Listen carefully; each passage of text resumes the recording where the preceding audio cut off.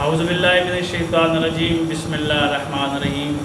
سامعین، آج ہم لے کر حاضر ہوئے ہیں ایک ایسا وظیفہ کہ دشمن کو اگر آپ ختم کرنا چاہتے ہیں، اگر آپ کو کوئی بہت بڑا دشمن ہے کہ آپ چاہتے ہیں کہ وہ صفحہ ہستی سے مٹ جائے تو یہ عمل کریں، وہ صفحہ ہستی سے مٹ جائے گا۔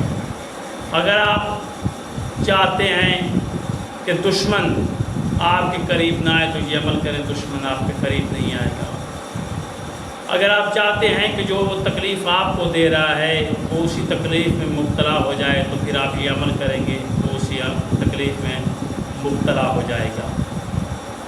بہت بڑا عمل ہے، بہت مجرم عمل ہے، بہت پیارا عمل ہے دشمن کو ختم کرنے کے لیے۔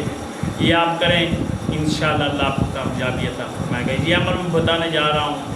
سب سے پہلے ہماری یہ ریکویسٹ ہوتی ہے کہ جو ہمارے چینل پر نئے آتے ہیں مومنین، ان سے یہ اپیل ہوتی ہے کہ ہمارے چینل کو سبسکرائب کیا کریں، ہمارے مومنین لائک کیا کریں، فالو کیا کریں اور شیئر بھی کیا کریں۔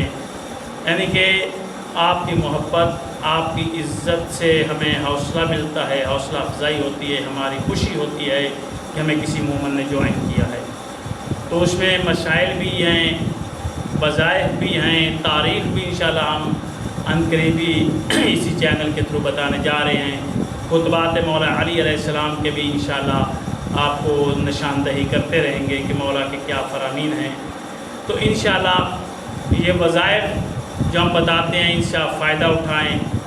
آپ ہمیں کال بھی کر سکتے ہیں تعویذوں کے لیے بھی اور باقی عملیات کے لیے بھی، استخارہ کے لیے بھی، حساب و کتاب کے لیے بھی، کیونکہ کافی مومنین جو نہیں کر سکتے وہ ہمیں کال بھی کر لیں، واٹس ایپ کر دیں، وائس میسیج کر دیں تو انشاءاللہ ہم ان کو ریپلائی کر دیں گے۔ اچھا، آج میں یہ وظیفہ بتانے جا رہا ہوں دشمن کو ختم کرنے کا وظیفہ، اس کو صفحہ ہستی سے مٹانے کا وظیفہ۔ اگر ہمارے دشمن بہت ہوتے ہیں خفیہ طور پر لیکن ہمیں پتہ نہیں چلتا، اگر یہ آپ عمل کریں تو انشاءاللہ دشمن ختم، دشمن صفحہ ہستی سے مٹ جائے گا۔ ایک دن میں ہی آپ دیکھ لیں گے کہ عمل نے کیا کام کیا۔